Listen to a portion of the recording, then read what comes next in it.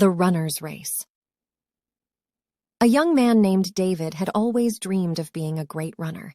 He trained every day, pushing himself to his limits and striving to be the best.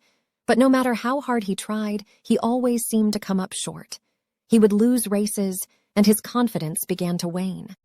One day, David entered a big race, the most important one of his life.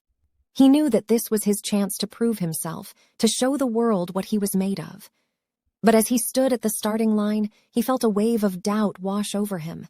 He looked around at his competitors, all of them strong and confident, and he began to wonder if he had what it took to win. The starting gun sounded, and David took off with the rest of the runners. He pushed himself harder than ever before, but as the race went on, he fell behind. He could hear the cheers of the crowd as the other runners pulled ahead, leaving him in their dust.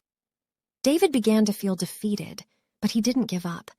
He kept running, even as his legs grew tired and his breath grew short. He remembered all of the hours he had spent training, the early mornings and late nights, and he refused to let them go to waste. He dug deep and found a reserve of strength he never knew he had. With a burst of speed, he caught up to the other runners and passed them one by one. In the end, David won the race. He crossed the finish line first, his arms raised in triumph, and the crowd roared with applause. He had proved to himself and to the world that he was a great runner, that he had what it took to succeed.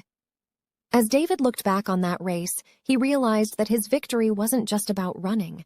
It was about pushing through his doubts and fears, about believing in himself and never giving up.